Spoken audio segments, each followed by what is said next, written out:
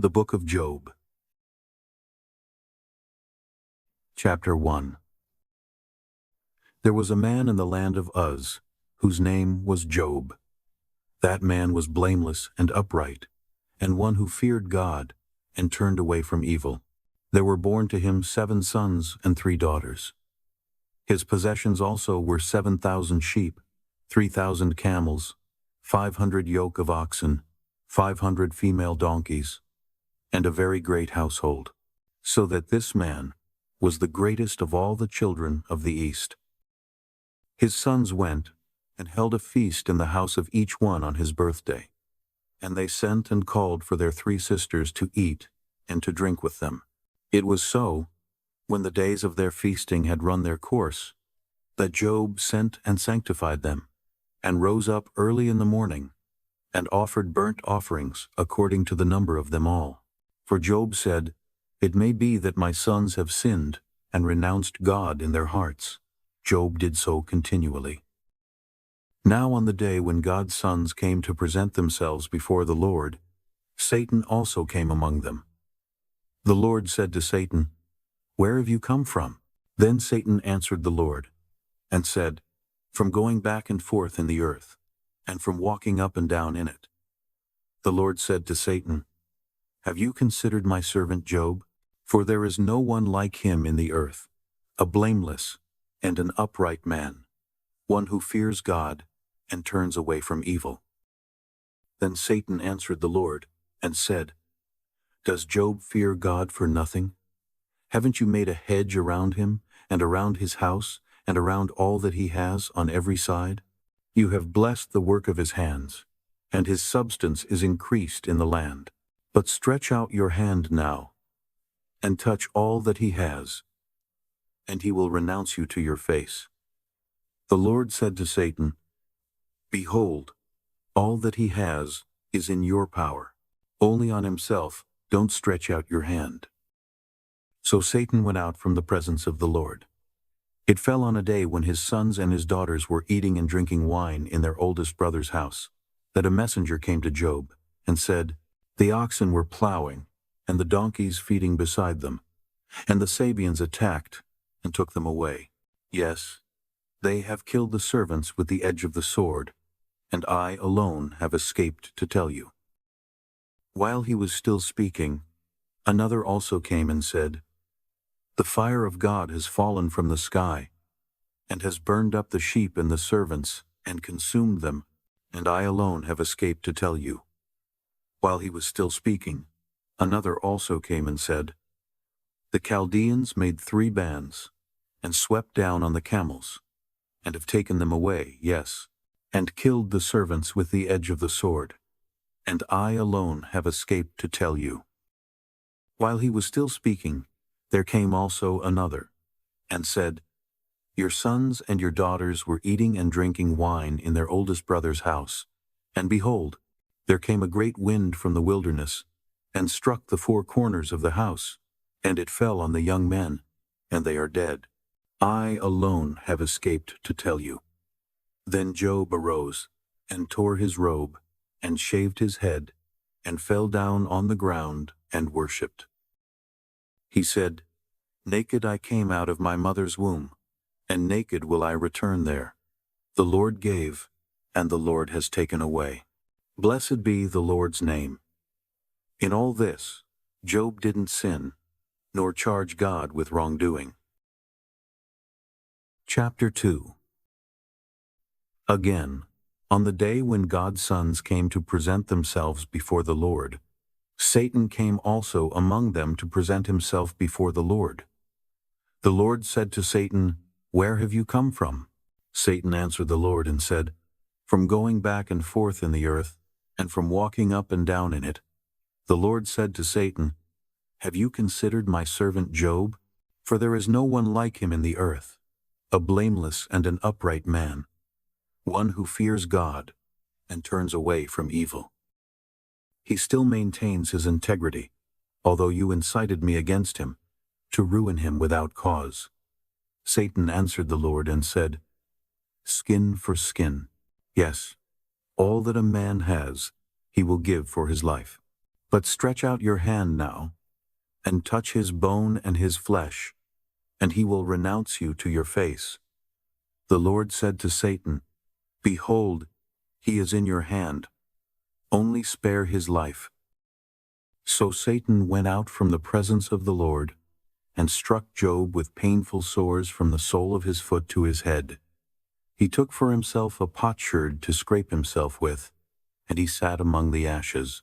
Then his wife said to him, Do you still maintain your integrity? Renounce God, and die. But he said to her, You speak as one of the foolish women would speak. What? Shall we receive good at the hand of God, and shall we not receive evil? In all this, Job didn't sin with his lips. Now, when Job's 3 friends heard of all this evil that had come on him, they each came from his own place: Eliphaz the Temanite, Bildad the Shuhite, and Zophar the Naamathite.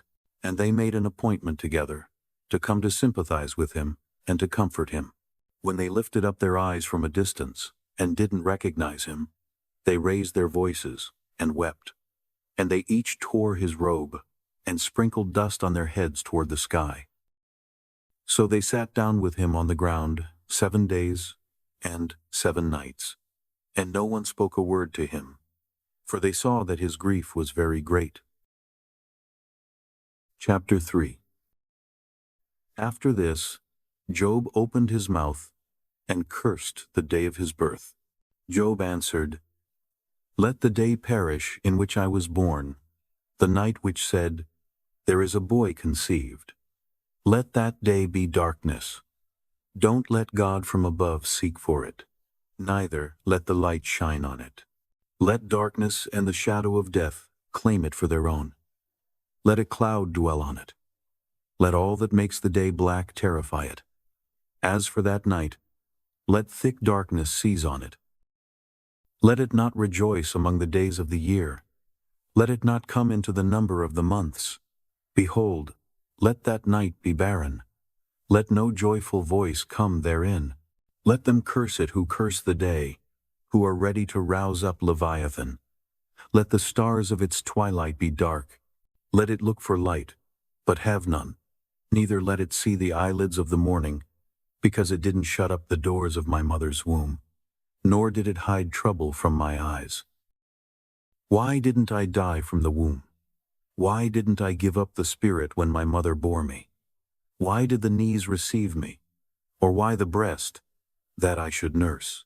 For now I should have lain down and been quiet. I should have slept. Then I would have been at rest, with kings and counselors of the earth, who built up waste places for themselves, or with princes who had gold, who filled their houses with silver, or as a hidden untimely birth, I had not been, as infants who never saw light. There the wicked cease from troubling. There the weary are at rest. There the prisoners are at ease together. They don't hear the voice of the taskmaster. The small and the great are there. The servant is free from his master. Why is light given to him who is in misery? Life to the bitter in soul, who long for death, but it doesn't come, and dig for it more than for hidden treasures, who rejoice exceedingly, and are glad when they can find the grave? Why is light given to a man whose way is hidden, whom God has hedged in? For my sighing comes before I eat. My groanings are poured out like water. For the thing which I fear comes on me. That which I am afraid of comes to me. I am not at ease, neither am I quiet, neither do I have rest, but trouble comes. Chapter 4. Then Eliphaz the Temanite answered, If someone ventures to talk with you, will you be grieved? But who can withhold himself from speaking? Behold, you have instructed many, you have strengthened the weak hands. Your words have supported him who was falling. You have made the feeble knees firm. But now it has come to you, and you faint. It touches you, and you are troubled. Isn't your piety your confidence? Isn't the integrity of your ways your hope? Remember now who ever perished, being innocent? Or where were the upright cut off? According to what I have seen, those who plow iniquity and sow trouble reap the same. By the breath of God they perish. By the blast of his anger are they consumed. The roaring of the lion, and the voice of the fierce lion, the teeth of the young lions are broken. The old lion perishes for lack of prey. The cubs of the lioness are scattered abroad. Now a thing was secretly brought to me. My ear received a whisper of it. In thoughts from the visions of the night, when deep sleep falls on men, fear came on me, and trembling, which made all my bones shake. Then a spirit passed before my face. The hair of my flesh stood up. It stood still, but I couldn't discern its appearance. A form was before my eyes. Silence. Then I heard a voice, saying, "Shall mortal man be more just than God? Shall a man be more pure than his Maker? Behold, he puts no trust in his servants.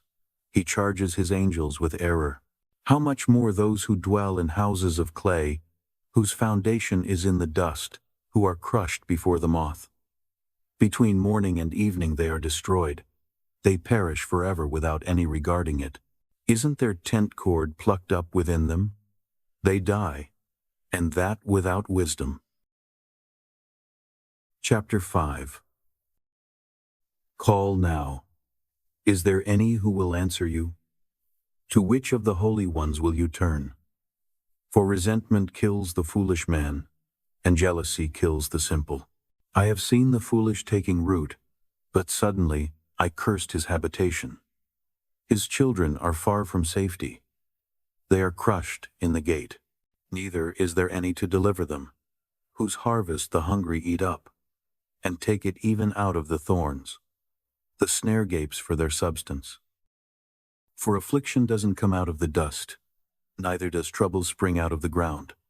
But man is born to trouble, as the sparks fly upward. But as for me, I would seek God.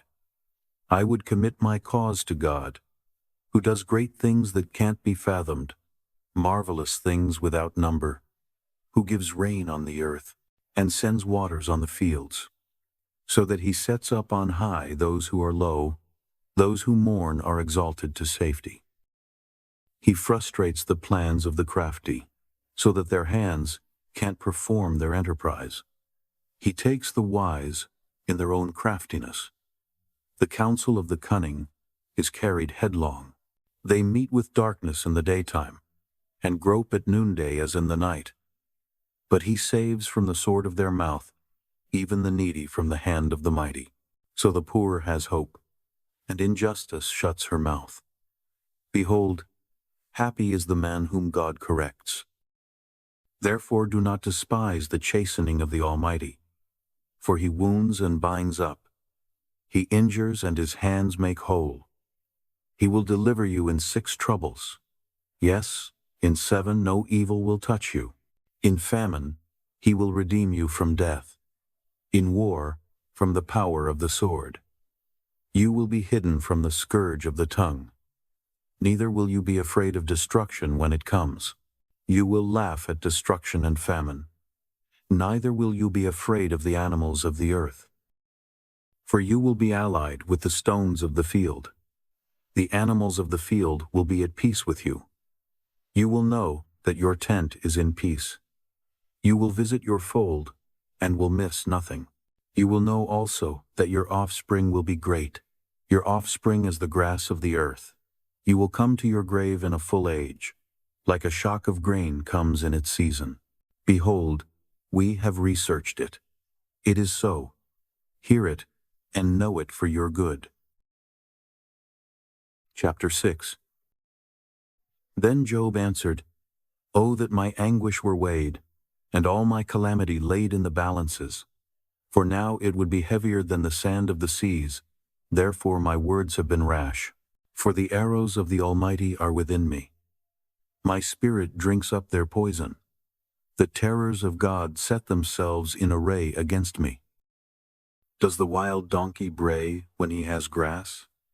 Or does the ox low over his fodder? Can that which has no flavor be eaten without salt? Or is there any taste in the white of an egg? My soul refuses to touch them. They are as loathsome food to me. Oh, that I might have my request, that God would grant the thing that I long for, even that it would please God to crush me, that he would let loose his hand and cut me off. Let it still be my consolation. Yes, let me exult in pain that doesn't spare, that I have not denied the words of the Holy One. What is my strength, that I should wait? What is my end, that I should be patient? Is my strength the strength of stones, or is my flesh of bronze? Isn't it that I have no help in me, that wisdom is driven away from me? To him who is ready to faint, kindness should be shown from his friend, even to him who forsakes the fear of the Almighty. My brothers have dealt deceitfully as a brook, as the channel of brooks that pass away, which are black by reason of the ice, in which the snow hides itself. In the dry season they vanish. When it is hot, they are consumed out of their place. The caravans that travel beside them turn away. They go up into the waste and perish. The caravans of Tema looked. The companies of Sheba waited for them. They were distressed because they were confident. They came there and were confounded. For now you are nothing. You see a terror and are afraid. Did I ever say, "Give to me," or "Offer a present for me from your substance," or "Deliver me from the adversary's hand," or "Redeem me from the hand of the oppressors"? Teach me, and I will hold my peace. Cause me to understand my error. How forcible are words of uprightness! But your reproof, what does it reprove? Do you intend to reprove words, since the speeches of one who is desperate are as wind? Yes, you would even cast lots for the fatherless, and make merchandise of your friend. Now therefore be pleased to look at me, for surely I will not lie to your face.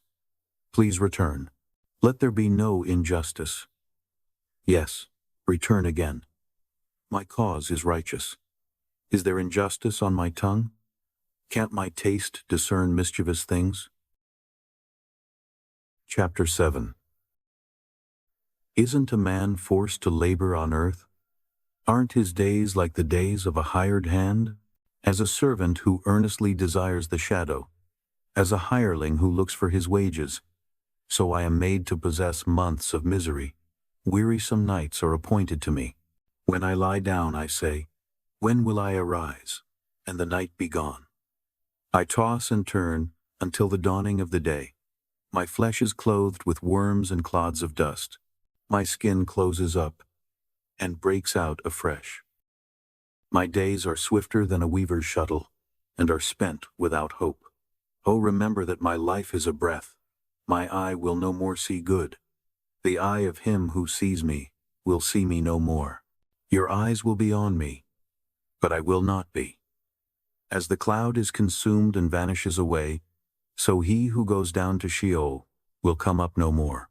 He will return no more to his house, neither will his place know him any more. Therefore I will not keep silent. I will speak in the anguish of my spirit. I will complain in the bitterness of my soul.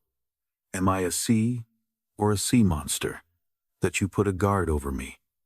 When I say, "My bed will comfort me, my couch will ease my complaint," then you scare me with dreams and terrify me through visions, so that my soul chooses strangling, death, rather than my bones. I loathe my life. I don't want to live forever. Leave me alone, for my days are but a breath. What is man, that you should magnify him, that you should set your mind on him, that you should visit him every morning, and test him every moment? How long will you not look away from me, nor leave me alone, until I swallow down my spittle? If I have sinned, what do I do to you, you watcher of men? Why have you set me as a mark for you, so that I am a burden to myself? Why do you not pardon my disobedience, and take away my iniquity? For now will I lie down in the dust. You will seek me diligently, but I will not be. Chapter 8. Then Bildad the Shuhite answered, How long will you speak these things? Shall the words of your mouth be a mighty wind? Does God pervert justice, or does the Almighty pervert righteousness? If your children have sinned against him, he has delivered them into the hand of their disobedience. If you want to seek God diligently, make your supplication to the Almighty. If you were pure and upright, surely now he would awaken for you, and make the habitation of your righteousness prosperous. Though your beginning was small, yet your latter end would greatly increase. Please inquire of past generations. Find out about the learning of their fathers. For we are but of yesterday, and know nothing, because our days on earth are a shadow. Shall they not teach you, tell you, and utter words out of their heart? Can the papyrus grow up without mire? Can the rushes grow without water? While it is yet in its greenness, not cut down, it withers before any other reed. So are the paths of all who forget God. The hope of the godless man will perish, whose confidence will break apart, whose trust is a spider's web. He will lean on his house, but it will not stand. He will cling to it, but it will not endure. He is green before the sunday. His shoots go out along his garden. His roots are wrapped around the rock pile. He sees the place of stones. If he is destroyed from his place, then it will deny him, saying, I have not seen you. Behold, this is the joy of his way. Out of the earth others will spring. Behold, God will not cast away a blameless man, neither will he uphold the evildoers. He will still fill your mouth with laughter, your lips with shouting. Those who hate you will be clothed with shame. The tent of the wicked will be no more. Chapter 9. Then Job answered, Truly I know that it is so. But how can man be just with God? If he is pleased to contend with him, he can't answer him one time in 1,000. God is wise in heart and mighty in strength. Who has hardened himself against him and prospered? He removes the mountains, and they don't know it, when he overturns them in his anger. He shakes the earth out of its place. Its pillars tremble. He commands the sun, and it doesn't rise, and seals up the stars. He alone stretches out the heavens, and treads on the waves of the sea. He makes the Bear, Orion, and the Pleiades, and the rooms of the south. He does great things past finding out. Yes, marvelous things without number. Behold, he goes by me, and I don't see him. He passes on also, but I don't perceive him. Behold, he snatches away. Who can hinder him? Who will ask him, What are you doing? God will not withdraw his anger. The helpers of Rahab stoop under him. How much less will I answer him, and choose my words to argue with him? Though I were righteous, yet I wouldn't answer him. I would make supplication to my judge. If I had called, and he had answered me, yet I wouldn't believe that he listened to my voice. For he breaks me with a storm, and multiplies my wounds without cause. He will not allow me to catch my breath, but fills me with bitterness. If it is a matter of strength, behold, he is mighty. If of justice, who, says he, will summon me? Though I am righteous, my own mouth will condemn me. Though I am blameless, it will prove me perverse. I am blameless.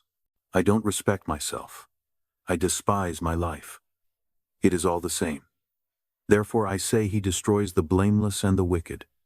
If the scourge kills suddenly, he will mock at the trial of the innocent. The earth is given into the hand of the wicked. He covers the faces of its judges. If not he, then who is it? Now my days are swifter than a runner. They flee away. They see no good. They have passed away as the swift ships, as the eagle that swoops on the prey. If I say, I will forget my complaint I will put off my sad face and cheer up. I am afraid of all my sorrows. I know that you will not hold me innocent. I will be condemned. Why then do I labor in vain? If I wash myself with snow and cleanse my hands with lye, yet you will plunge me in the ditch. My own clothes will abhor me, for he is not a man, as I am, that I should answer him, that we should come together in judgment. There is no umpire between us, that might lay his hand on us both. Let him take his rod away from me. Let his terror not make me afraid. Then I would speak, and not fear him, for I am not so in myself. Chapter 10. My soul is weary of my life. I will give free course to my complaint. I will speak in the bitterness of my soul. I will tell God, do not condemn me. Show me why you contend with me. Is it good to you that you should oppress, that you should despise the work of your hands, and smile on the counsel of the wicked? Do you have eyes of flesh, or do you see as man sees? Are your days as the days of mortals, or your years as man's years, that you inquire after my iniquity, and search after my sin? Although you know that I am not wicked, there is no one who can deliver out of your hand. Your hands have framed me, and fashioned me altogether, yet you destroy me. Remember, I beg you, that you have fashioned me as clay. Will you bring me into dust again? Haven't you poured me out like milk, and curdled me like cheese? You have clothed me with skin and flesh, and knit me together with bones and sinews. You have granted me life and loving kindness. Your visitation has preserved my spirit, yet you hid these things in your heart. I know that this is with you. If I sin, then you mark me. You will not acquit me from my iniquity. If I am wicked, woe to me. If I am righteous, I still will not lift up my head, being filled with disgrace and conscious of my affliction. If my head is held high, you hunt me like a lion. Again, you show yourself powerful to me. You renew your witnesses against me, and increase your indignation on me. Changes and warfare are with me. Why then, have you brought me out of the womb? I wish I had given up the spirit, and no eye had seen me. I should have been as though I had not been. I should have been carried from the womb to the grave. Aren't my days few? Stop, leave me alone, that I may find a little comfort, before I go where I will not return from, to the land of darkness and of the shadow of death. The land dark as midnight, of the shadow of death, without any order, where the light is as midnight. Chapter 11. Then Zophar, the Naamathite, answered, Shouldn't the multitude of words be answered? Should a man full of talk be justified? Should your boastings make men hold their peace? When you mock, will no man make you ashamed? For you say, My doctrine is pure, I am clean in your eyes. But oh, that God would speak, and open his lips against you, that he would show you the secrets of wisdom. For true wisdom has two sides. Know therefore that God exacts of you less than your iniquity deserves. Can you fathom the mystery of God? Or can you probe the limits of the Almighty? They are high as heaven. What can you do? They are deeper than Sheol. What can you know? Its measure is longer than the earth, and broader than the sea. If he passes by, or confines, or convenes a court, then who can oppose him? For he knows false men. He sees iniquity also, even though he doesn't consider it. An empty-headed man becomes wise when a man is born as a wild donkey's colt. If you set your heart aright, stretch out your hands toward him. If iniquity is in your hand, put it far away. Don't let unrighteousness dwell in your tents. Surely then you will lift up your face without spot. Yes, you will be steadfast, and will not fear, for you will forget your misery. You will remember it like waters that have passed away. Life will be clearer than the noonday. Though there is darkness, It will be as the morning. You will be secure, because there is hope. Yes, you will search, and will take your rest in safety. Also you will lie down, and no one will make you afraid. Yes, many will court your favor, but the eyes of the wicked will fail. They will have no way to flee. Their hope will be the giving up of the Spirit. Chapter 12. Then Job answered, No doubt, but you are the people, and wisdom will die with you. But I have understanding as well as you. I am not inferior to you. Yes, who doesn't know such things as these? I am like one who is a joke to his neighbor, I who called on God, and he answered. The just, the blameless man is a joke. In the thought of him who is at ease, there is contempt for misfortune. It is ready for them whose foot slips. The tents of robbers prosper. Those who provoke God are secure, who carry their God in their hands. But ask the animals now, and they will teach you. The birds of the sky, and they will tell you. Or speak to the earth, and it will teach you. The fish of the sea will declare to you. Who doesn't know that in all these, the Lord's hand has done this, in whose hand is the life of every living thing, and the breath of all mankind? Doesn't the ear try words, even as the palate tastes its food?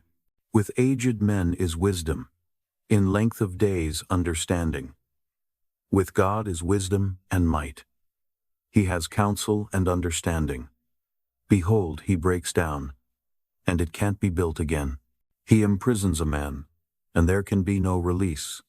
Behold, he withholds the waters, and they dry up. Again, he sends them out, and they overturn the earth. With him is strength and wisdom. The deceived and the deceiver are his. He leads counselors away stripped. He makes judges fools. He loosens the bond of kings. He binds their waist with a belt. He leads priests away stripped, and overthrows the mighty. He removes the speech of those who are trusted, and takes away the understanding of the elders. He pours contempt on princes, and loosens the belt of the strong. He uncovers deep things out of darkness, and brings out to light the shadow of death. He increases the nations, and he destroys them. He enlarges the nations, and he leads them captive. He takes away understanding from the chiefs of the people of the earth, and causes them to wander in a wilderness where there is no way. They grope in the dark without light. He makes them stagger like a drunken man. Chapter 13.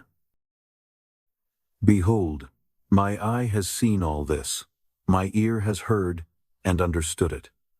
What you know, I know also. I am not inferior to you. Surely I would speak to the Almighty. I desire to reason with God. But you are forgers of lies. You are all physicians of no value. Oh, that you would be completely silent. Then you would be wise. Hear now my reasoning. Listen to the pleadings of my lips. Will you speak unrighteously for God, and talk deceitfully for him? Will you show partiality to him? Will you contend for God? Is it good that he should search you out? Or, as one deceives a man, will you deceive him? He will surely reprove you if you secretly show partiality. Won't his majesty make you afraid, and his dread fall on you? Your memorable sayings are proverbs of ashes. Your defenses are defenses of clay. Be silent. Leave me alone that I may speak. Let come on me what will. Why should I take my flesh in my teeth, and put my life in my hand? Behold, he will kill me. I have no hope. Nevertheless, I will maintain my ways before him. This also will be my salvation, that a godless man will not come before him. Listen carefully to my speech. Let my declaration be in your ears. See now, I have set my cause in order. I know that I am righteous. Who is he who will contend with me? For then I would hold my peace and give up the spirit. Only don't do two things to me. Then I will not hide myself from your face. Withdraw your hand far from me, and don't let your terror make me afraid. Then call, and I will answer, or let me speak, and you answer me. How many are my iniquities and sins? Make me know my disobedience and my sin. Why do you hide your face, and consider me your enemy? Will you harass a driven leaf? Will you pursue the dry stubble? For you write bitter things against me, and make me inherit the iniquities of my youth. You also put my feet in the stocks, and mark all my paths. You set a bound to the soles of my feet, though I am decaying like a rotten thing, like a garment that is moth-eaten. Chapter 14. Man who is born of a woman is of few days, and full of trouble. He grows up like a flower, and is cut down. He also flees like a shadow, and doesn't continue. Do you open your eyes on such a one, and bring me into judgment with you? Who can bring a clean thing out of an unclean? Not one. Seeing his days are determined, the number of his months is with you, and you have appointed his bounds that he can't pass. Look away from him, that he may rest, until he accomplishes, as a hireling, his day. For there is hope for a tree, if it is cut down, that it will sprout again, that the tender branch of it will not cease. Though its root grows old in the earth, and its stalk dies in the ground, yet through the scent of water it will bud, and sprout boughs like a plant. But man dies, and is laid low. Yes, man gives up the spirit, and where is he? As the waters fail from the sea, and the river wastes and dries up, so man lies down and doesn't rise. Until the heavens are no more, they will not awake, nor be roused out of their sleep. Oh, that you would hide me in Sheol, that you would keep me secret until your wrath is past, that you would appoint me a set time and remember me. If a man dies, will he live again? I would wait all the days of my warfare until my release should come. You would call, and I would answer you. You would have a desire for the work of your hands, but now you count my steps. Don't you watch over my sin? My disobedience is sealed up in a bag. You fasten up my iniquity. But the mountain falling comes to nothing. The rock is removed out of its place. The waters wear the stones. The torrents of it wash away the dust of the earth. So you destroy the hope of man. You forever prevail against him, and he departs. You change his face and send him away. His sons come to honor, and he doesn't know it. They are brought low, but he doesn't perceive it of them. But his flesh on him has pain, and his soul within him mourns. Chapter 15. Then Eliphaz the Temanite answered, Should a wise man answer with vain knowledge, and fill himself with the east wind? Should he reason with unprofitable talk, or with speeches with which he can do no good? Yes, you do away with fear, and hinder devotion before God. For your iniquity teaches your mouth, and you choose the language of the crafty. Your own mouth condemns you, and not I. Yes, your own lips testify against you. Are you the first man who was born? Or were you brought out before the hills? Have you heard the secret counsel of God? Do you limit wisdom to yourself? What do you know that we don't know? What do you understand, which is not in us? With us are both the gray-headed and the very aged men, much older than your father. Are the consolations of God too small for you, even the word that is gentle toward you? Why does your heart carry you away? Why do your eyes flash, that you turn your spirit against God, and let such words go out of your mouth? What is man, that he should be clean? What is he who is born of a woman, that he should be righteous? Behold, he puts no trust in his holy ones. Yes, the heavens are not clean in his sight. How much less one who is abominable and corrupt, a man who drinks iniquity like water. I will show you. Listen to me. That which I have seen I will declare, which wise men have told by their fathers, and have not hidden it, to whom alone the land was given, and no stranger passed among them. The wicked man writhes in pain all his days, even the number of years that are laid up for the oppressor. A sound of terrors is in his ears. In prosperity the destroyer will come on him. He doesn't believe that he will return out of darkness. He is waited for by the sword. He wanders abroad for bread, saying, "Where is it?" He knows that the day of darkness is ready at his hand. Distress and anguish make him afraid. They prevail against him, as a king ready to the battle. Because he has stretched out his hand against God, and behaves himself proudly against the Almighty, he runs at him with a stiff neck, with the thick shields of his bucklers, because he has covered his face with his fatness, and gathered fat on his thighs. He has lived in desolate cities, in houses which no one inhabited, which were ready to become heaps. He will not be rich, neither will his substance continue, neither will their possessions be extended on the earth. He will not depart out of darkness. The flame will dry up his branches. He will go away by the breath of God's mouth. Let him not trust in emptiness, deceiving himself, for emptiness will be his reward. It will be accomplished before his time. His branch will not be green. He will shake off his unripe grape as the vine, and will cast off his flower as the olive tree. For the company of the godless will be barren, and fire will consume the tents of bribery. They conceive mischief, and produce iniquity.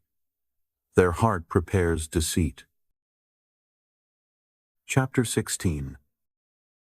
Then Job answered, I have heard many such things. You are all miserable comforters. Shall vain words have an end? Or what provokes you that you answer? I also could speak as you do. If your soul were in my soul's place, I could join words together against you, and shake my head at you. But I would strengthen you with my mouth. The solace of my lips would relieve you. Though I speak, my grief is not subsided. Though I forbear, what am I eased? But now, God, you have surely worn me out. You have made all my company desolate. You have shriveled me up. This is a witness against me. My leanness rises up against me. It testifies to my face. He has torn me in his wrath and persecuted me. He has gnashed on me with his teeth. My adversary sharpens his eyes on me. They have gaped on me with their mouth. They have struck me on the cheek reproachfully. They gather themselves together against me.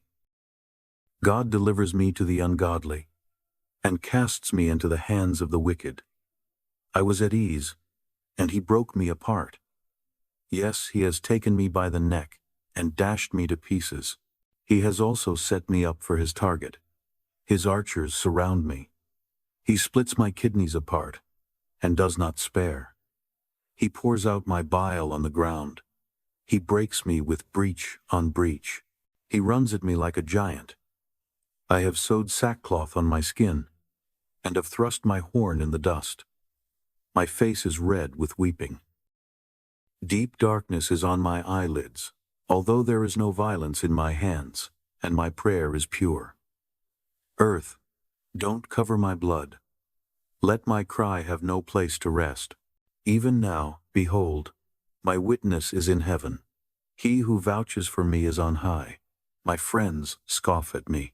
My eyes pour out tears to God, that he would maintain the right of a man with God, of a son of man with his neighbor. For when a few years have come, I will go the way of no return. Chapter 17.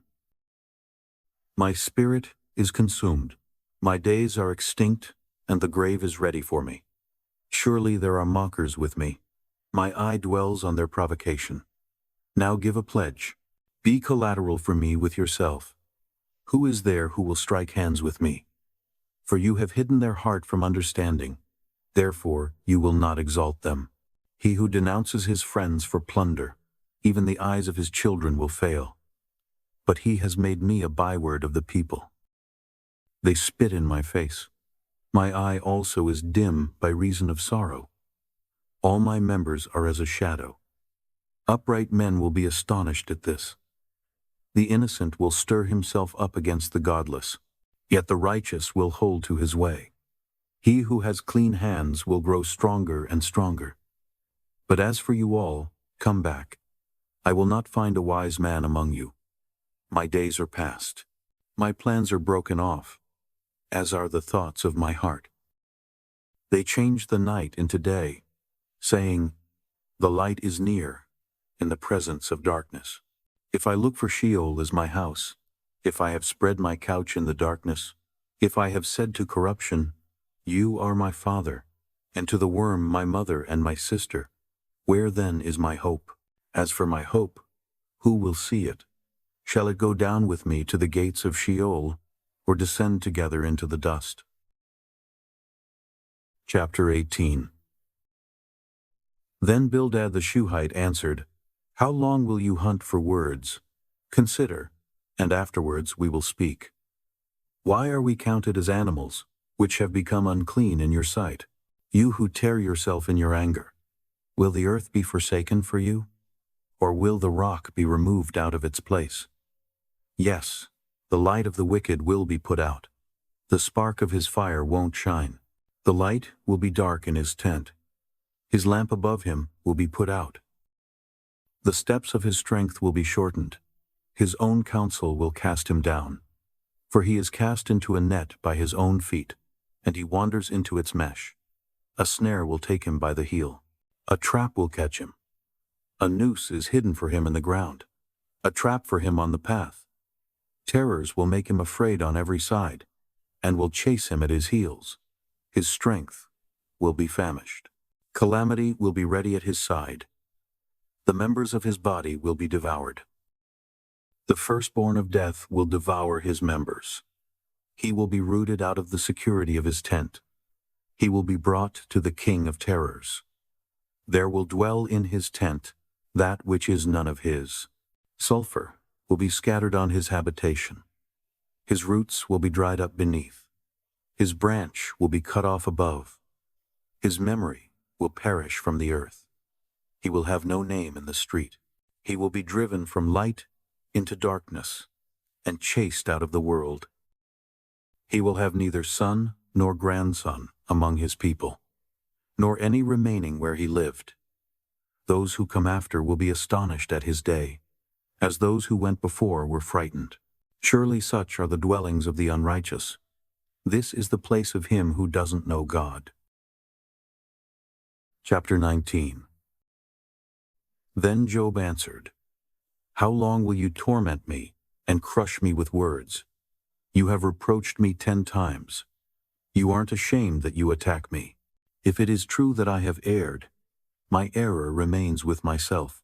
If indeed you will magnify yourselves against me, and plead against me my reproach, know now that God has subverted me, and has surrounded me with his net. Behold, I cry out of wrong, but I am not heard. I cry for help, but there is no justice. He has walled up my way so that I can't pass, and has set darkness in my paths. He has stripped me of my glory, and taken the crown from my head. He has broken me down on every side, and I am gone. He has plucked my hope up like a tree. He has also kindled his wrath against me. He counts me among his adversaries. His troops come on together, build a siege ramp against me, and encamp around my tent. He has put my brothers far from me. My acquaintances are wholly estranged from me. My relatives have gone away. My familiar friends have forgotten me. Those who dwell in my house and my maids consider me a stranger. I am an alien in their sight. I call to my servant, and he gives me no answer. I beg him with my mouth. My breath is offensive to my wife. I am loathsome to the children of my own mother. Even young children despise me. If I arise, they speak against me. All my familiar friends abhor me. They whom I loved have turned against me. My bones stick to my skin and to my flesh. I have escaped by the skin of my teeth. Have pity on me. Have pity on me, you, my friends, for the hand of God has touched me. Why do you persecute me as God, and are not satisfied with my flesh? Oh, that my words were now written. Oh, that they were inscribed in a book, that with an iron pen and lead they were engraved in the rock forever. But as for me, I know that my Redeemer lives. In the end, he will stand upon the earth. After my skin is destroyed, then I will see God in my flesh, whom I, even I, will see on my side. My eyes will see, and not as a stranger. My heart is consumed within me. If you say, how we will persecute him, because the root of the matter is found in me, be afraid of the sword, for wrath brings the punishments of the sword, that you may know there is a judgment. Chapter 20. Then Zophar the Naamathite answered, Therefore my thoughts answer me, even by reason of my haste that is in me. I have heard the reproof, which puts me to shame. The spirit of my understanding answers me. Don't you know this from old time, since man was placed on earth, that the triumphing of the wicked is short, the joy of the godless but for a moment? Though his height mount up to the heavens, and his head reach to the clouds, yet he will perish forever like his own dung. Those who have seen him will say, Where is he? He will fly away as a dream, and will not be found. Yes, he will be chased away like a vision of the night. The eye, which saw him, will see him no more, neither will his place see him any more. His children will seek the favor of the poor. His hands will give back his wealth. His bones are full of his youth, but youth will lie down with him in the dust. Though wickedness is sweet in his mouth, though he hide it under his tongue, though he spare it, and will not let it go, but keep it still within his mouth, yet his food in his bowels is turned. It is cobra venom within him. He has swallowed down riches, and he will vomit them up again. God will cast them out of his belly. He will suck cobra venom. The viper's tongue will kill him. He will not look at the rivers, the flowing streams of honey and butter. He will restore that for which he labored, and will not swallow it down. He will not rejoice according to the substance that he has gotten, for he has oppressed and forsaken the poor. He has violently taken away a house, and he will not build it up. Because he knew no quietness within him, he will not save anything of that in which he delights. There was nothing left that he didn't devour. Therefore his prosperity will not endure. In the fullness of his sufficiency, distress will overtake him. The hand of everyone who is in misery will come on him. When he is about to fill his belly, God will cast the fierceness of his wrath on him. It will rain on him while he is eating. He will flee from the iron weapon. The bronze arrow will strike him through. He draws it out, and it comes out of his body. Yes, the glittering point comes out of his liver. Terrors are on him. All darkness is laid up for his treasures. An unfanned fire will devour him. It will consume that which is left in his tent. The heavens will reveal his iniquity. The earth will rise up against him. The increase of his house will depart. They will rush away in the day of his wrath. This is the portion of a wicked man from God, the heritage appointed to him by God. Chapter 21. Then Job answered, Listen diligently to my speech. Let this be your consolation. Allow me, and I also will speak. After I have spoken, mock on. As for me, is my complaint to man? Why shouldn't I be impatient? Look at me, and be astonished. Lay your hand on your mouth. When I remember, I am troubled. Horror takes hold of my flesh. Why do the wicked live, become old, yes, and grow mighty in power? Their child is established with them in their sight, their offspring before their eyes. Their houses are safe from fear, neither is the rod of God upon them. Their bulls breed without fail. Their cows calve, and don't miscarry. They send out their little ones like a flock. Their children dance. They sing to the tambourine and harp, and rejoice at the sound of the pipe. They spend their days in prosperity. In an instant, they go down to Sheol. They tell God, "Depart from us, for we don't want to know about your ways. What is the Almighty, that we should serve him? What profit should we have, if we pray to him? Behold, their prosperity is not in their hand. The counsel of the wicked is far from me." How often is it that the lamp of the wicked is put out, that their calamity comes on them, that God distributes sorrows in his anger? How often is it that they are as stubble before the wind, as chaff that the storm carries away? You say, "God lays up his iniquity for his children. Let him recompense it to himself, that he may know it. Let his own eyes see his destruction. Let him drink of the wrath of the Almighty. For what does he care for his house after him, when the number of his months is cut off? Shall any teach God knowledge, since he judges those who are high? One dies in his full strength, being wholly at ease and quiet. His pails are full of milk. The marrow of his bones is moistened. Another dies in bitterness of soul, and never tastes of good. They lie down alike in the dust. The worm covers them. Behold, I know your thoughts, the plans with which you would wrong me. For you say, "Where is the house of the prince? Where is the tent in which the wicked lived?" Haven't you asked wayfaring men? Don't you know their evidences, that the evil man is reserved to the day of calamity, that they are led out to the day of wrath? Who will declare his way to his face? Who will repay him what he has done? Yet he will be borne to the grave. Men will keep watch over the tomb. The clods of the valley will be sweet to him. All men will draw after him, as there were innumerable before him. So how can you comfort me with nonsense, because in your answers there remains only falsehood? Chapter 22. Then Eliphaz the Temanite answered, "Can a man be profitable to God?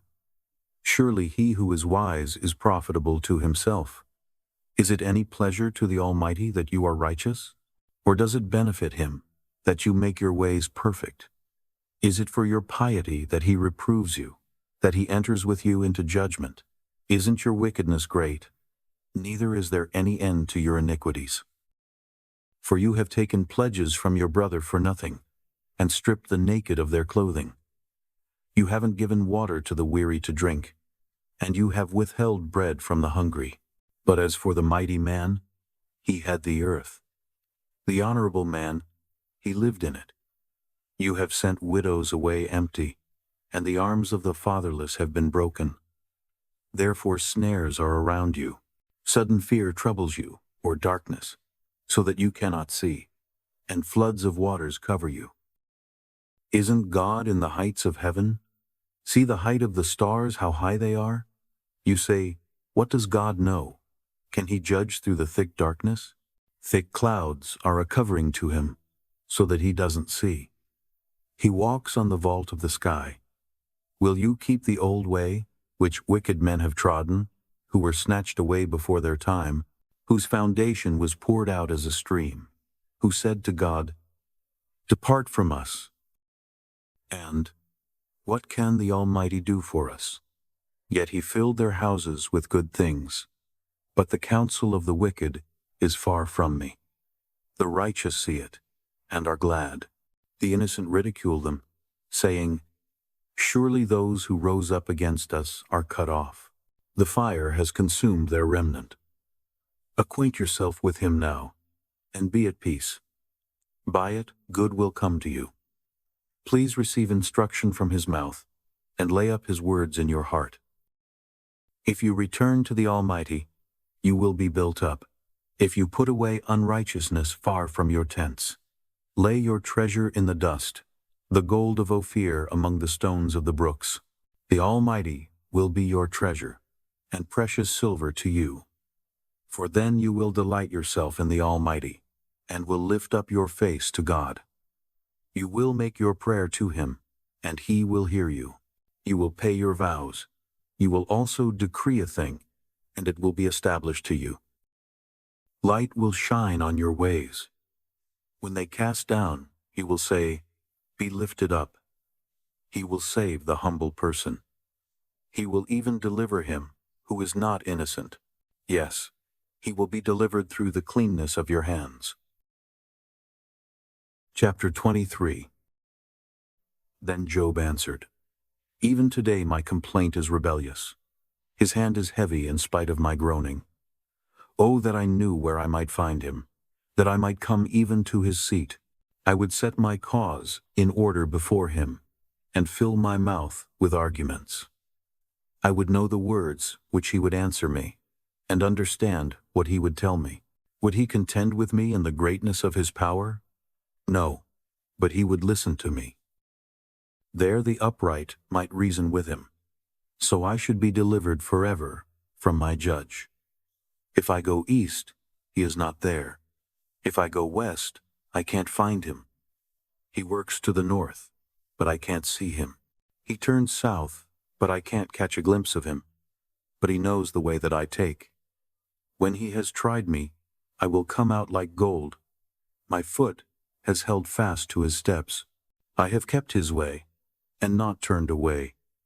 I haven't gone back from the commandment of his lips. I have treasured up the words of his mouth more than my necessary food. But he stands alone, and who can oppose him? What his soul desires, even that he does. For he performs that which is appointed for me. Many such things are with him. Therefore I am terrified at his presence. When I consider, I am afraid of him. For God has made my heart faint. The Almighty has terrified me, because I was not cut off before the darkness, neither did he cover the thick darkness from my face. Chapter 24. Why aren't times laid up by the Almighty? Why don't those who know him see his days? There are people who remove the landmarks. They violently take away flocks and feed them. They drive away the donkey of the fatherless, and they take the widow's ox for a pledge. They turn the needy out of the way. The poor of the earth all hide themselves. Behold, as wild donkeys in the desert, they go out to their work, seeking diligently for food. The wilderness yields them bread for their children. They cut their food in the field. They glean the vineyard of the wicked. They lie all night naked without clothing, and have no covering in the cold. They are wet with the showers of the mountains, and embrace the rock for lack of a shelter. There are those who pluck the fatherless from the breast, and take a pledge of the poor, so that they go around naked without clothing. Being hungry, they carry the sheaves.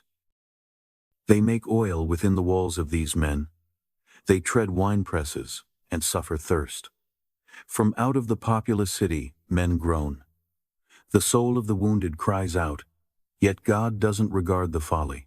These are of those who rebel against the light. They don't know its ways, nor stay in its paths. The murderer rises with the light.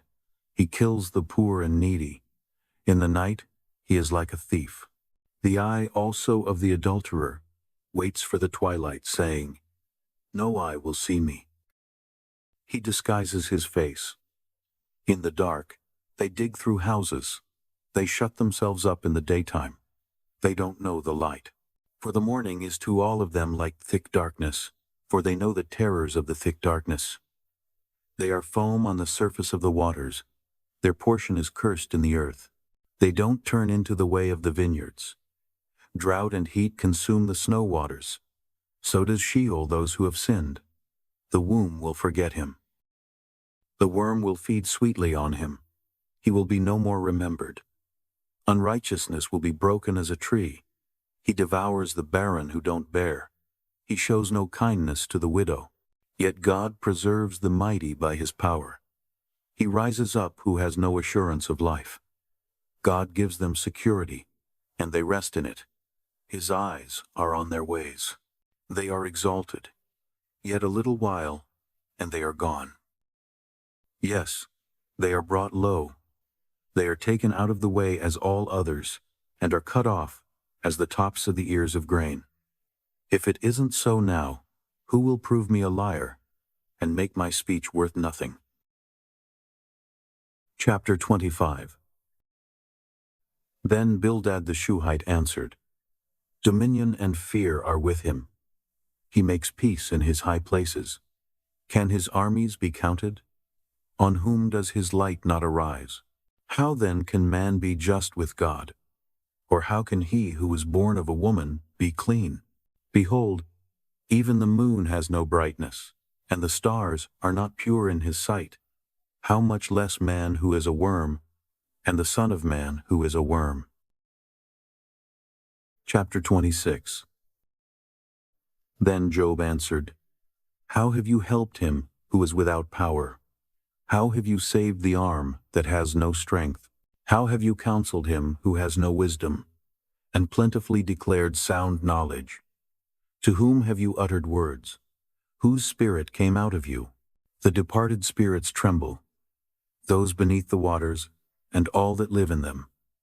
Sheol is naked before God, and Abaddon has no covering. He stretches out the north over empty space, and hangs the earth on nothing. He binds up the waters in his thick clouds, and the cloud is not burst under them. He encloses the face of his throne, and spreads his cloud on it. He has described a boundary on the surface of the waters, and to the confines of light and darkness. The pillars of heaven tremble, and are astonished at his rebuke. He stirs up the sea with his power, and by his understanding he strikes through Rahab. By his spirit the heavens are garnished. His hand has pierced the swift serpent. Behold, these are but the outskirts of his ways. How small a whisper do we hear of him, but the thunder of his power, who can understand? Chapter 27. Job again took up his parable, and said, As God lives, who has taken away my right, the Almighty, who has made my soul bitter, for the length of my life is still in me, and the Spirit of God is in my nostrils. Surely my lips will not speak unrighteousness, neither will my tongue utter deceit. Far be it from me that I should justify you. Until I die, I will not put away my integrity from me. I hold fast to my righteousness, and will not let it go. My heart will not reproach me, so long as I live. Let my enemy be as the wicked. Let him who rises up against me be as the unrighteous. For what is the hope of the godless when he is cut off, when God takes away his life? Will God hear his cry when trouble comes on him? Will he delight himself in the Almighty, and call on God at all times? I will teach you about the hand of God. I will not conceal that which is with the Almighty. Behold, all of you have seen it yourselves. Why then have you become altogether vain? This is the portion of a wicked man with God, the heritage of oppressors, which they receive from the Almighty. If his children are multiplied, it is for the sword. His offspring will not be satisfied with bread. Those who remain of him will be buried in death. His widows will make no lamentation. Though he heap up silver as the dust, and prepare clothing as the clay, he may prepare it, but the just will put it on, and the innocent will divide the silver. He builds his house as the moth, as a booth which the watchman makes. He lies down rich, but he will not do so again. He opens his eyes, and he is not. Terrors overtake him like waters. A storm steals him away in the night. The east wind carries him away, and he departs. It sweeps him out of his place.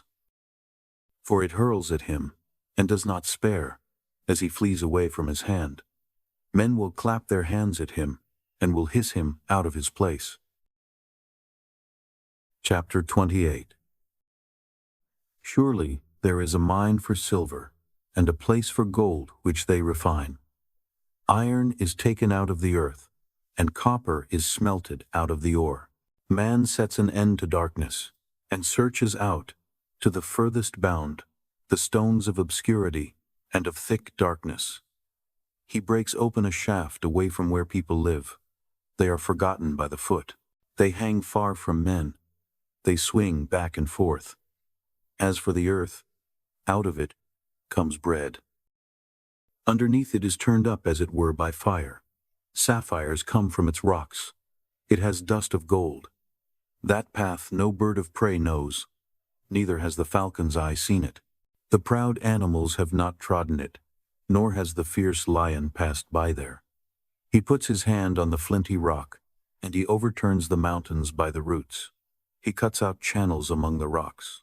His eye sees every precious thing. He binds the streams that they don't trickle. The thing that is hidden he brings out to light. But where will wisdom be found?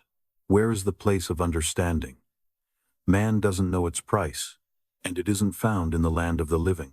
The deep says, "It isn't in me." The sea says, "It isn't with me." It can't be gotten for gold, neither will silver be weighed for its price. It can't be valued with the gold of Ophir, with the precious onyx, or the sapphire. Gold and glass can't equal it, neither will it be exchanged for jewels of fine gold. No mention will be made of coral or of crystal. Yes, the price of wisdom is above rubies. The topaz of Ethiopia will not equal it. It won't be valued with pure gold. Where then does wisdom come from? Where is the place of understanding? Seeing it is hidden from the eyes of all living, and kept close from the birds of the sky. Destruction and death say, "We have heard a rumor of it with our ears." God understands its way, and he knows its place. For he looks to the ends of the earth, and sees under the whole sky. He establishes the force of the wind. Yes, he measures out the waters by measure. When he made a decree for the rain, and a way for the lightning of the thunder, then he saw it, and declared it.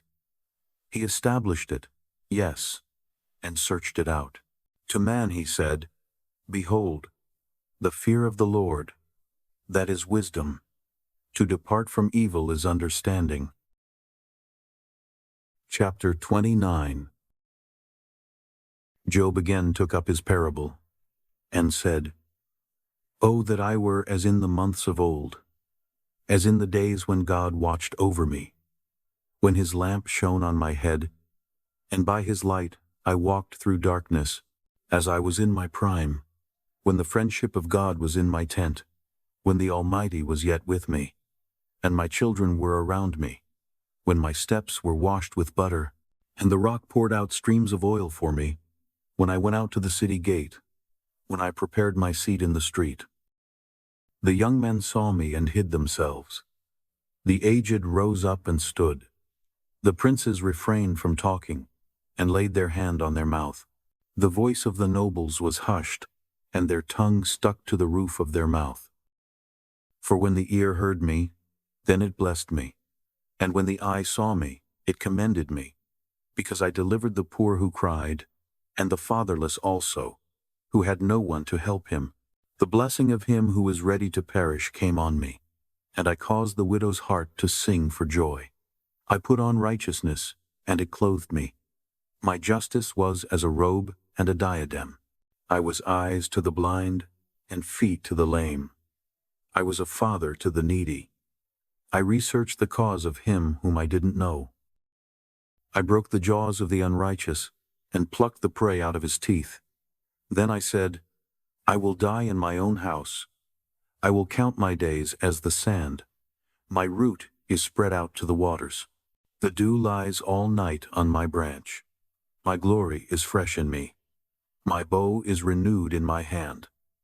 Men listened to me, waited, and kept silence for my counsel. After my words, they didn't speak again. My speech fell on them. They waited for me. As for the rain, their mouths drank as with the spring rain. I smiled on them when they had no confidence. They didn't reject the light of my face. I chose out their way and sat as chief. I lived as a king in the army, as one who comforts the mourners. Chapter 30. But now those who are younger than I have me in derision, whose fathers I considered unworthy to put with my sheepdogs. Of what use is the strength of their hands to me, men in whom ripe age has perished? They are gaunt from lack and famine. They gnaw the dry ground, in the gloom of waste and desolation. They pluck salt herbs by the bushes. The roots of the broom tree are their food. They are driven out from among men. They cry after them as after a thief, so that they live in frightful valleys, and in holes of the earth and of the rocks. They bray among the bushes. They are gathered together under the nettles. They are children of fools, yes, children of wicked men. They were flogged out of the land. Now I have become their song. Yes, I am a byword to them. They abhor me. They stand aloof from me, and don't hesitate to spit in my face. For he has untied his cord and afflicted me, and they have thrown off restraint before me. On my right hand rise the rabble. They thrust aside my feet. They cast their ways of destruction up against me. They mar my path. They promote my destruction without anyone's help. As through a wide breach they come. They roll themselves in amid the ruin. Terrors have turned on me. They chase my honor as the wind. My welfare has passed away as a cloud.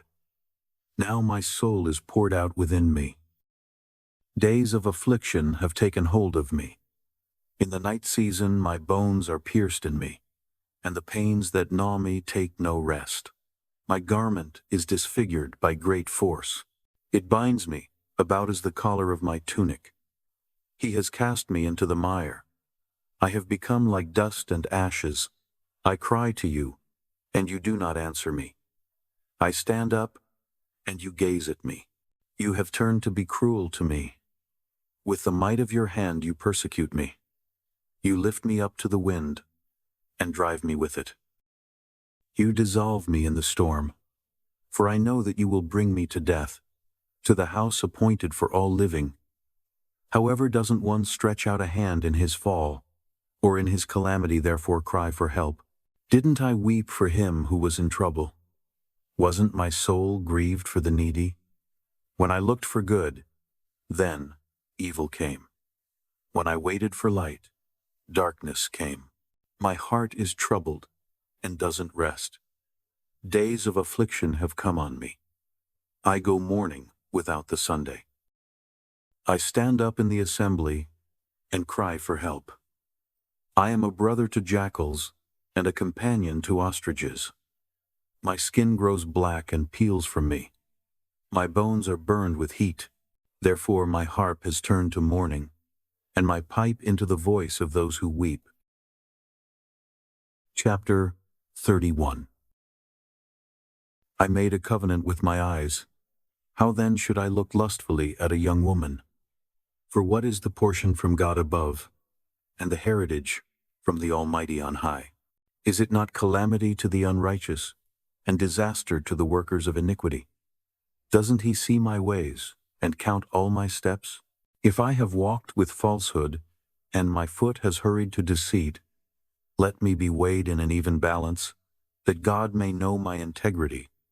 If my step has turned out of the way, if my heart walked after my eyes, if any defilement has stuck to my hands, then let me sow, and let another eat. Yes, let the produce of my field be rooted out. If my heart has been enticed to a woman, and I have laid wait at my neighbor's door, then let my wife grind for another, and let others sleep with her, for that would be a heinous crime. Yes, it would be an iniquity to be punished by the judges, for it is a fire that consumes to destruction, and would root out all my increase. If I have despised the cause of my male servant, or of my female servant, when they contended with me, what then will I do when God rises up? When he visits, what will I answer him?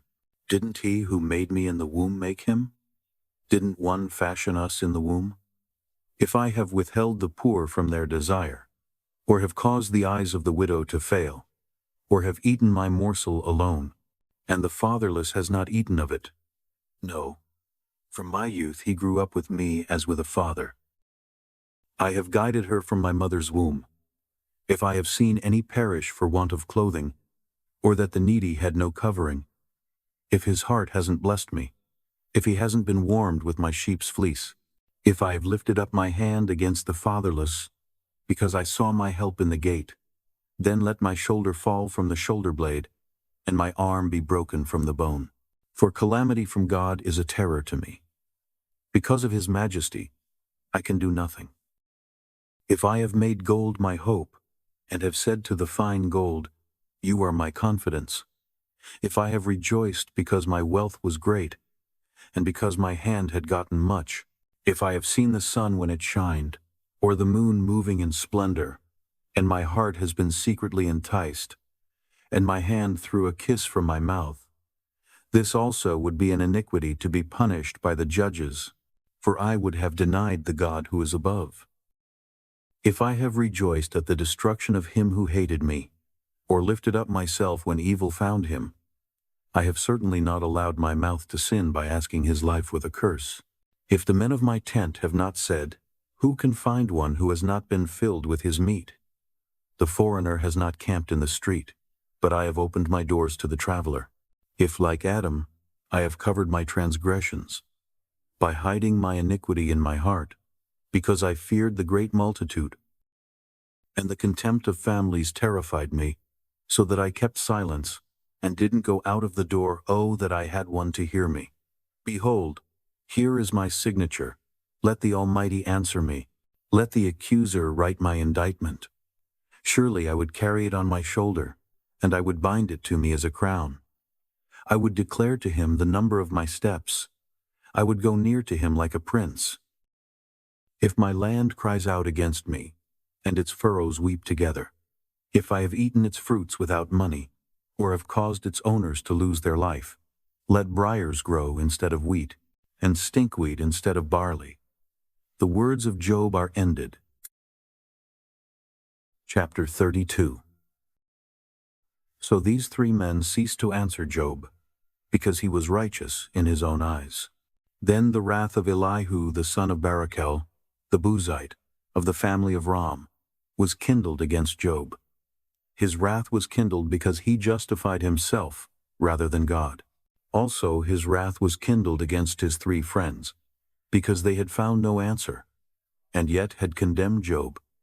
Now Elihu had waited to speak to Job, because they were older than he. When Elihu saw that there was no answer in the mouth of these three men, his wrath was kindled. Elihu the son of Barachel the Buzite answered, I am young, and you are very old. Therefore I held back, and didn't dare show you my opinion. I said, days should speak, and multitude of years should teach wisdom. But there is a spirit in man, and the Spirit of the Almighty gives them understanding. It is not the great who are wise, nor the aged who understand justice. Therefore I said, listen to me, I also will show my opinion. Behold, I waited for your words, and I listened for your reasoning, while you searched out what to say. Yes, I gave you my full attention, but there was no one who convinced Job, or who answered his words, among you. Beware lest you say, we have found wisdom. God may refute him, not man, for he has not directed his words against me. Neither will I answer him with your speeches.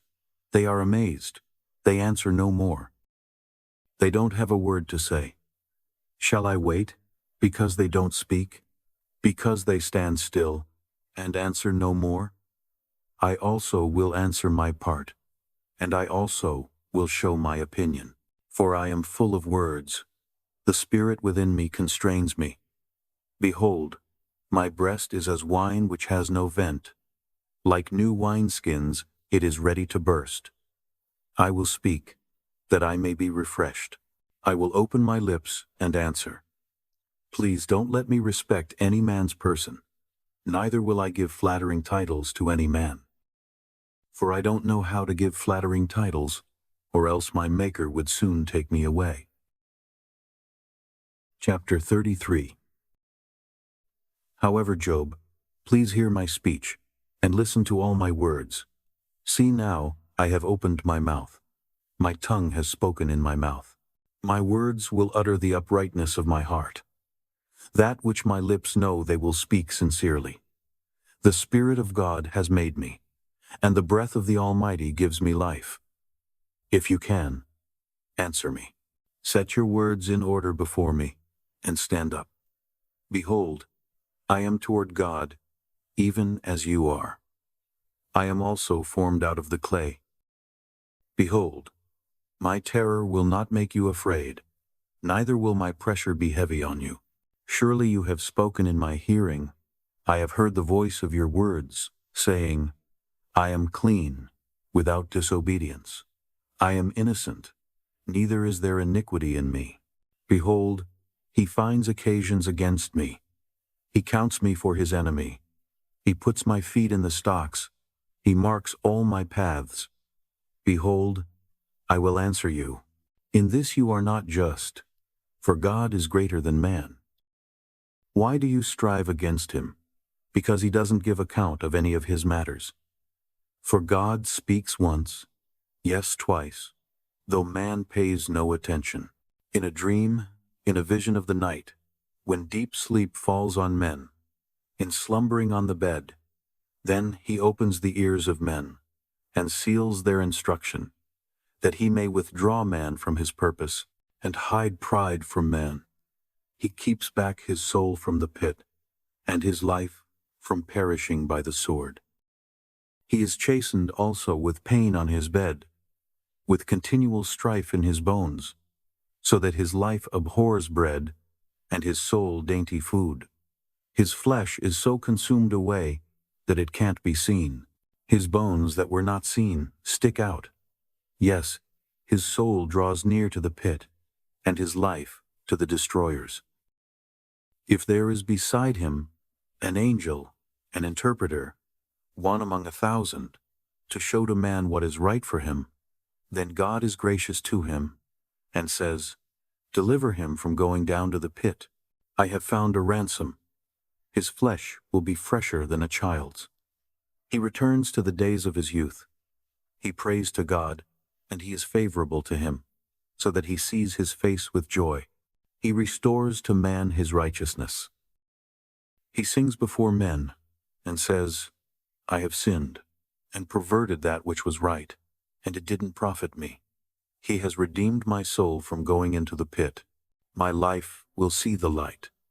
Behold, God does all these things, twice, yes, 3 times, with a man, to bring back his soul from the pit, that he may be enlightened with the light of the living. Mark well, Job, and listen to me. Hold your peace, and I will speak. If you have anything to say, answer me. Speak, for I desire to justify you.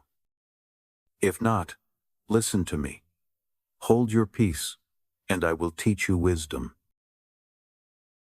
Chapter 34. Moreover, Elihu answered, Hear my words, you wise men.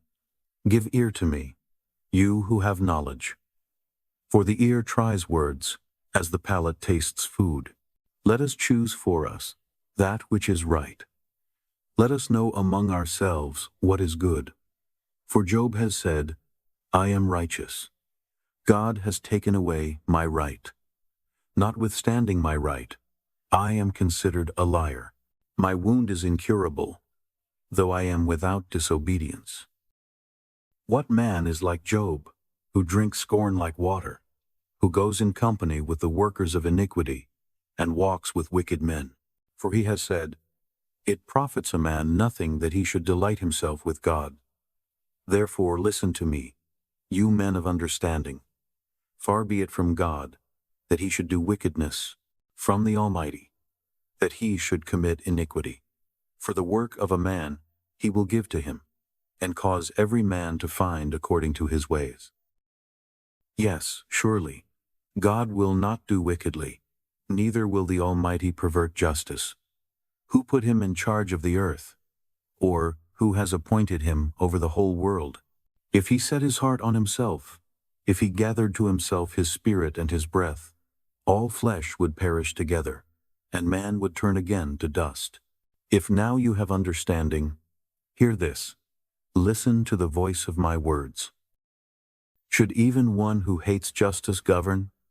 Will you condemn him who is righteous and mighty, who says to a king, vile, or to nobles, wicked? He doesn't respect the persons of princes, nor respect the rich more than the poor, for they all are the work of his hands. In a moment they die, even at midnight. The people are shaken and pass away. The mighty are taken away without a hand. For his eyes are on the ways of a man. He sees all his goings. There is no darkness, nor thick gloom, where the workers of iniquity may hide themselves. For he doesn't need to consider a man further, that he should go before God in judgment. He breaks mighty men in pieces, in ways past finding out, and sets others in their place. Therefore he takes knowledge of their works. He overturns them in the night, so that they are destroyed. He strikes them as wicked men in the open sight of others, because they turned away from following him, and wouldn't pay attention to any of his ways, so that they caused the cry of the poor to come to him. He heard the cry of the afflicted. When he gives quietness, who then can condemn? When he hides his face, who then can see him? He is over a nation or a man alike, that the godless man may not reign, that there be no one to ensnare the people. For has any said to God, I am guilty, but I will not offend any more? Teach me that which I don't see. If I have done iniquity, I will do it no more. Shall his recompense be as you desire, that you refuse it? For you must choose, and not I. Therefore speak what you know. Men of understanding will tell me, yes, every wise man who hears me. Job speaks without knowledge. His words are without wisdom. I wish that Job were tried to the end, because of his answering like wicked men. For he adds rebellion to his sin. He claps his hands among us, and multiplies his words against God. Chapter 35. Moreover, Elihu answered, Do you think this to be your right? Or do you say, My righteousness is more than God's? That you ask, What advantage will it be to you? What profit will I have, more than if I had sinned? I will answer you, and your companions with you. Look to the skies, and see. See the skies, which are higher than you. If you have sinned, what effect do you have against him? If your transgressions are multiplied, what do you do to him? If you are righteous, what do you give him? Or what does he receive from your hand? Your wickedness may hurt a man as you are, and your righteousness may profit a son of man. By reason of the multitude of oppressions, they cry out.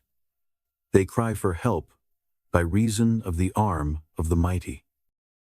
But no one says, Where is God my Maker, who gives songs in the night, who teaches us more than the animals of the earth, and makes us wiser than the birds of the sky? There they cry, but no one answers, because of the pride of evil men. Surely God will not hear an empty cry, neither will the Almighty regard it. How much less when you say you don't see him? The cause is before him, and you wait for him. But now, because he has not visited in his anger, neither does he greatly regard arrogance. Therefore Job opens his mouth with empty talk, and he multiplies words without knowledge. Chapter 36. Elihu also continued and said, Bear with me a little, and I will show you. For I still have something to say on God's behalf. I will get my knowledge from afar, and will ascribe righteousness to my Maker. For truly my words are not false. One who is perfect in knowledge is with you. Behold, God is mighty, and doesn't despise anyone. He is mighty in strength of understanding. He doesn't preserve the life of the wicked, but gives justice to the afflicted. He doesn't withdraw his eyes from the righteous, but with kings on the throne, he sets them forever, and they are exalted. If they are bound in fetters, and are taken in the cords of afflictions, then he shows them their work and their transgressions, that they have behaved themselves proudly. He also opens their ears to instruction, and commands that they return from iniquity. If they listen and serve him, they will spend their days in prosperity, and their years in pleasures. But if they don't listen, they will perish by the sword. They will die without knowledge. But those who are godless in heart lay up anger. They don't cry for help when he binds them. They die in youth. Their life perishes among the unclean. He delivers the afflicted by their affliction, and opens their ear in oppression. Yes, he would have allured you out of distress into a wide place where there is no restriction. That which is set on your table would be full of fatness. But you are full of the judgment of the wicked. Judgment and justice take hold of you. Don't let riches entice you to wrath, neither let the great size of a bribe turn you aside. Would your wealth sustain you in distress, or all the might of your strength? Don't desire the night, when people are cut off in their place. Take heed, don't regard iniquity, for you have chosen this rather than affliction.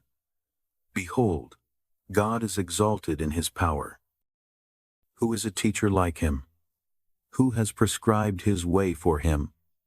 Or who can say, you have committed unrighteousness? Remember that you magnify his work, about which men have sung. All men have looked on it. Man sees it afar off. Behold, God is great, and we don't know him. The number of his years is unsearchable, for he draws up the drops of water, which distill in rain from his vapor, which the skies pour down, and which drop on man abundantly. Indeed, can anyone understand the spreading of the clouds and the thunderings of his pavilion? Behold, he spreads his light around him. He covers the bottom of the sea. For by these he judges the people. He gives food in abundance. He covers his hands with the lightning, and commands it to strike the mark. Its noise tells about him, and the livestock also, concerning the storm that comes up. Chapter 37. Yes, at this my heart trembles, and is moved out of its place. Hear, oh, hear the noise of his voice, the sound that goes out of his mouth. He sends it out under the whole sky, and his lightning to the ends of the earth. After it a voice roars. He thunders with the voice of his majesty. He doesn't hold back anything when his voice is heard. God thunders marvelously with his voice. He does great things which we can't comprehend. For he says to the snow, fall on the earth, likewise to the shower of rain, and to the showers of his mighty rain. He seals up the hand of every man, that all men whom he has made may know it. Then the animals take cover and remain in their dens. Out of its room comes the storm, and cold out of the north. By the breath of God ice is given, and the width of the waters is frozen. Yes, he loads the thick cloud with moisture. He spreads abroad the cloud of his lightning. It is turned around by his guidance, that they may do whatever he commands them on the surface of the habitable world, whether it is for correction, or for his land, or for loving kindness, that he causes it to come. Listen to this, Job. Stand still, and consider the wondrous works of God. Do you know how God controls them, and causes the lightning of his cloud to shine? Do you know the workings of the clouds, the wondrous works of him who is perfect in knowledge? You whose clothing is warm, when the earth is still by reason of the south wind? Can you with him spread out the sky, which is strong as a cast metal mirror? Teach us what we will tell him, for we can't make our case by reason of darkness. Will it be told him that I would speak? Or should a man wish that he were swallowed up? Now men don't see the light which is bright in the skies, but the wind passes and clears them. Out of the north comes golden splendor. With God is awesome majesty. We can't reach the Almighty. He is exalted in power. In justice and great righteousness, he will not oppress. Therefore, men revere him. He doesn't regard any who are wise of heart. Chapter 38. Then the Lord answered Job out of the whirlwind. Who is this who darkens counsel by words without knowledge? Brace yourself like a man, for I will question you, then you answer me. Where were you when I laid the foundations of the earth? Declare, if you have understanding. Who determined its measures, if you know? Or who stretched the line on it? What were its foundations fastened on? Or who laid its cornerstone? When the morning stars sang together, and all the sons of God shouted for joy? Or who shut up the sea with doors, when it broke out of the womb?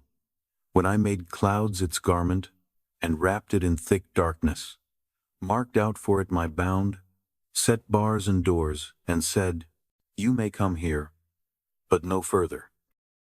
Your proud waves shall be stopped here. Have you commanded the morning in your days, and caused the dawn to know its place, that it might take hold of the ends of the earth, and shake the wicked out of it? It is changed as clay under the seal, and presented as a garment. From the wicked, their light is withheld. The high arm is broken. Have you entered into the springs of the sea? Or have you walked in the recesses of the deep? Have the gates of death been revealed to you? Or have you seen the gates of the shadow of death? Have you comprehended the earth in its width? Declare, if you know it all. What is the way to the dwelling of light? As for darkness, where is its place? That you should take it to its bound, that you should discern the paths to its house. Surely you know, for you were born then, and the number of your days is great.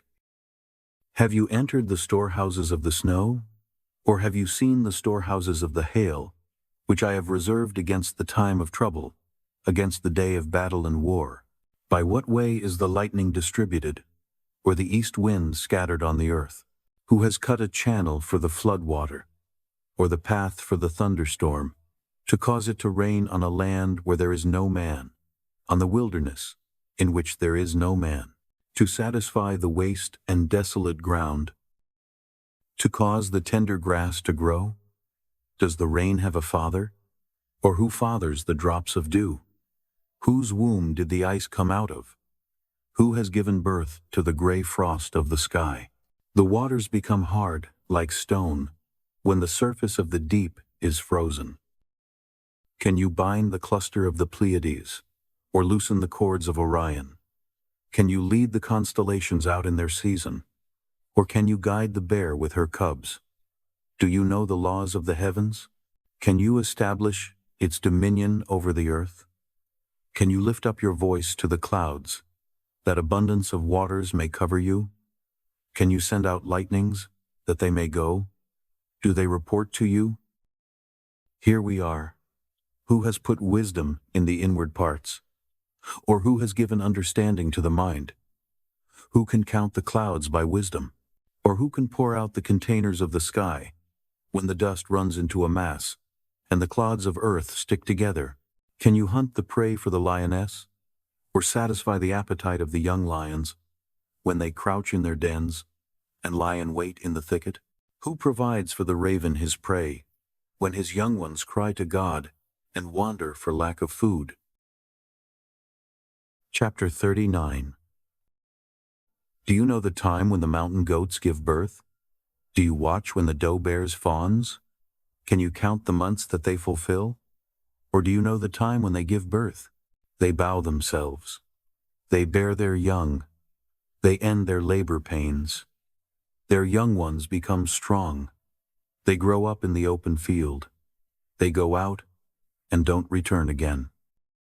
Who has set the wild donkey free? Or who has loosened the bonds of the swift donkey? whose home I have made the wilderness, and the salt land his dwelling place. He scorns the tumult of the city, neither does he hear the shouting of the driver. The range of the mountains is his pasture. He searches after every green thing.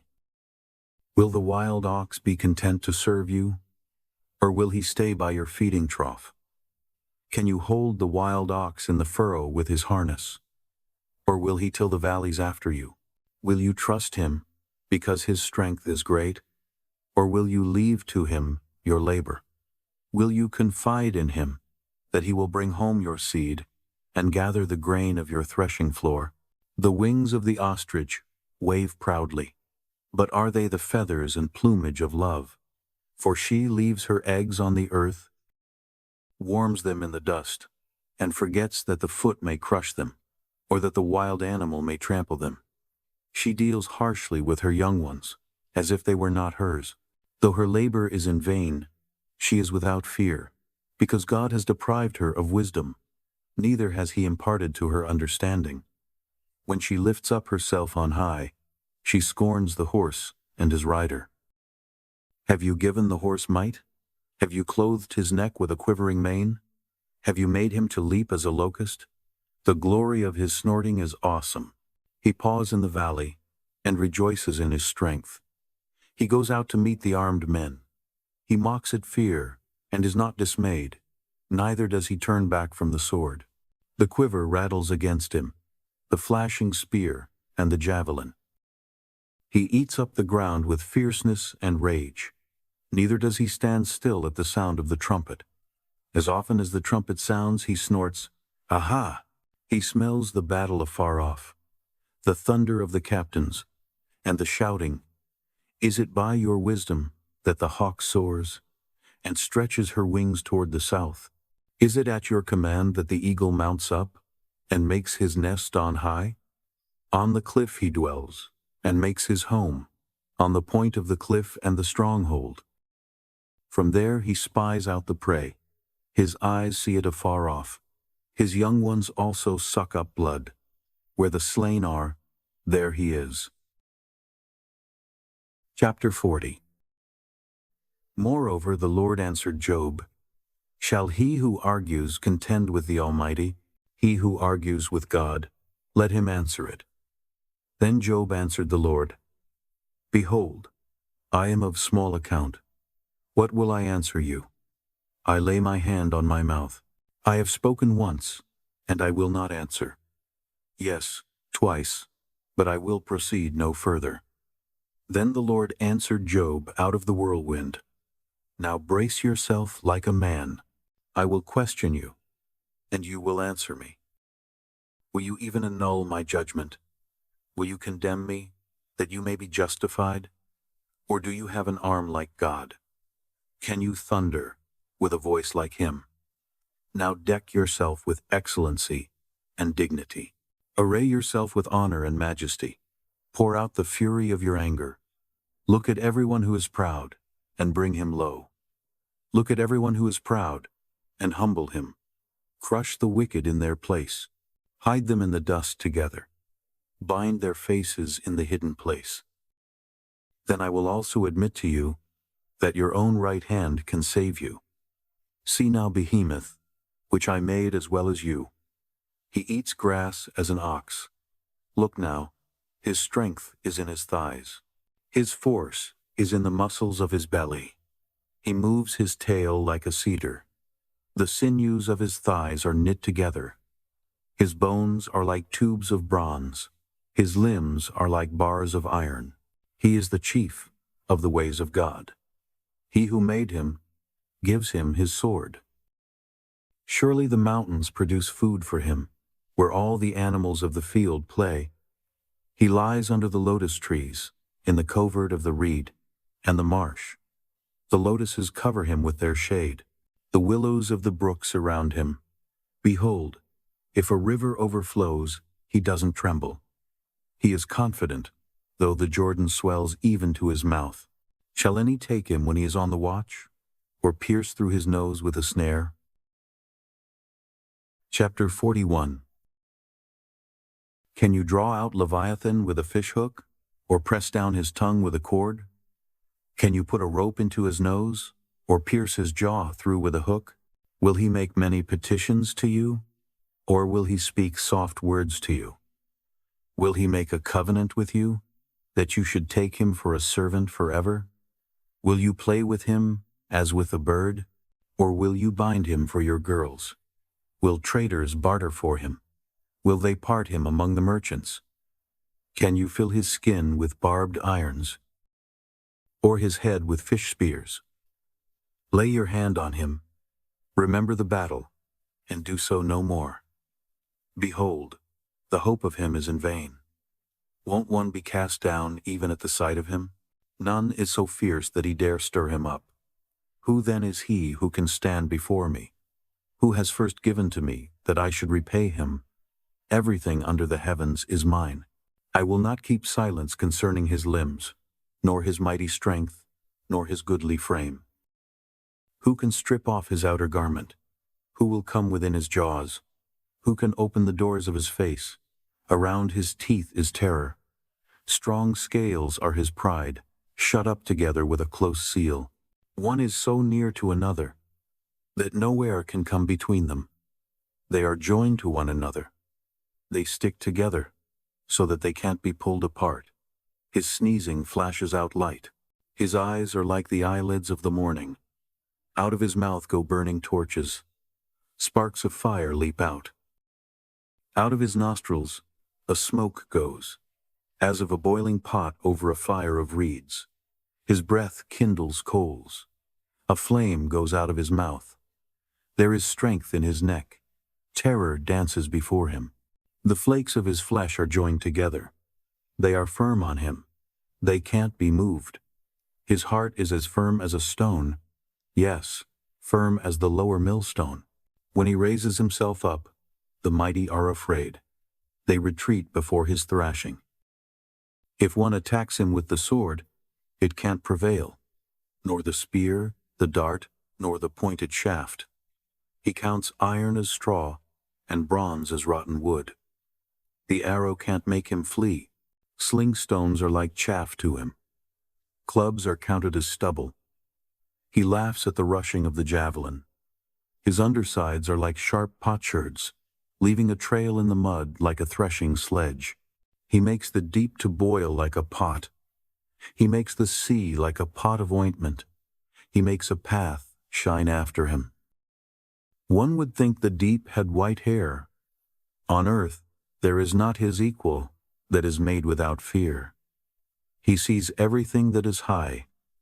He is king over all the sons of pride. Chapter 42. Then Job answered the Lord, I know that you can do all things, and that no purpose of yours can be restrained. You asked, who is this who hides counsel without knowledge? Therefore I have uttered that which I didn't understand, things too wonderful for me, which I didn't know. You said, listen now, and I will speak. I will question you, and you will answer me. I had heard of you by the hearing of the ear, but now my eye sees you. Therefore I abhor myself, and repent in dust and ashes. It was so, that after the Lord had spoken these words to Job, the Lord said to Eliphaz the Temanite, My wrath is kindled against you, and against your two friends, for you have not spoken of me the thing that is right, as my servant Job has. Now therefore, take to yourselves 7 bulls and 7 rams, and go to my servant Job, and offer up for yourselves a burnt offering. And my servant Job shall pray for you, for I will accept him, that I not deal with you according to your folly. For you have not spoken of me the thing that is right, as my servant Job has. So Eliphaz the Temanite and Bildad the Shuhite and Zophar the Naamathite went and did what the Lord commanded them, and the Lord accepted Job. The Lord restored Job's prosperity when he prayed for his friends. The Lord gave Job twice as much as he had before. Then all his brothers, all his sisters, and all those who had been of his acquaintance before, came to him and ate bread with him in his house. They comforted him, and consoled him concerning all the evil that the Lord had brought on him. Everyone also gave him a piece of money, and everyone a ring of gold. So the Lord blessed the latter end of Job more than his beginning. He had 14,000 sheep, 6,000 camels, 1,000 yoke of oxen, and 1,000 female donkeys. He had also 7 sons and 3 daughters. He called the name of the first Jemimah, and the name of the second Keziah, and the name of the third Keren-Happuch. In all the land were no women found so beautiful as the daughters of Job. Their father gave them an inheritance among their brothers. After this, Job lived 140 years, and saw his sons and his sons' sons to 4 generations. So Job died, being old and full of days.